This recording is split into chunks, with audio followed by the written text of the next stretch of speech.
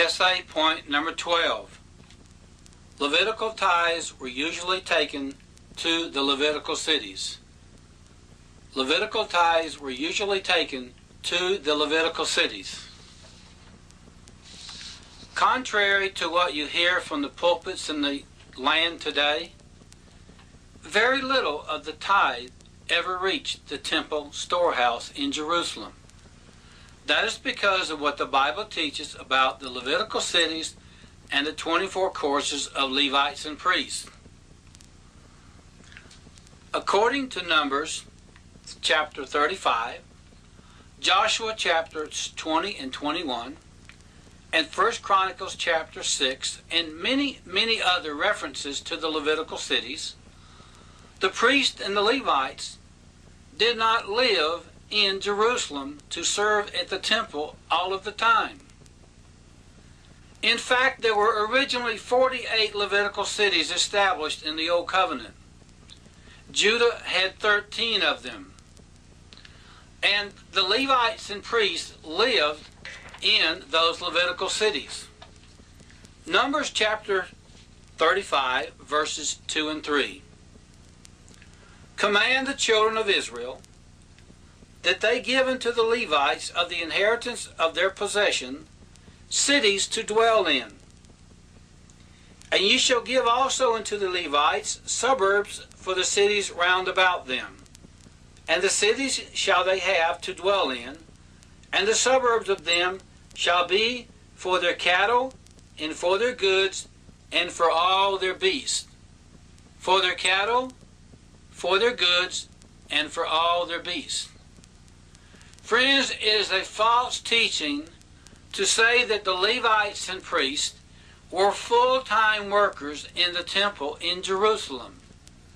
In fact, the great majority of the time they were raising cattle and other items, other animals that had been given to them as tithes, and they were learning skills to use in the temple.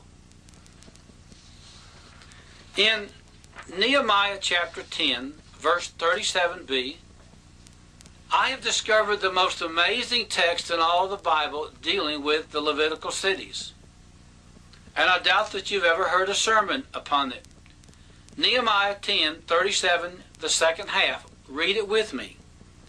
And the tithes of their ground bring unto the Levites, that the same Levites might have the tithes, where? In all the cities of our tillage. In all the cities of our tillage. We looked at this earlier. The people were commanded to bring the first fruit to the temple, to the priest, to the storehouse, to be eaten in the temple by those who were there serving. On the other hand, the people were commanded to bring the tithes to the Levitical cities, not to the temple, to the Levites and to the priests where they lived. And the Levites and priests were responsible for bringing the tithe as they needed it up to the temple when they served there to minister their turn. Speaking of their turn, the 24 courses of Levites and priests is another reason to doubt the definition or the usual interpretation of Malachi 3 verse 10. There were 24 courses of Levites and priests. And I mentioned before, David and Solomon realized that there were just too many of them to serve in the temple at any one time. So that they divided them into 24 families. And each family would normally come up to the temple to minister, the older males, 1 week out of 24, which is about 2 weeks a year, not counting the festival times. 1 week in 24 is about 4%. And if you leave out the women, the daughters, the wives, the daughters, and the younger males, at the very most, there are only 2% left. So at the very most, only 2% of the total population of the Levites and priests were at the temple serving any normal time, a week at a time.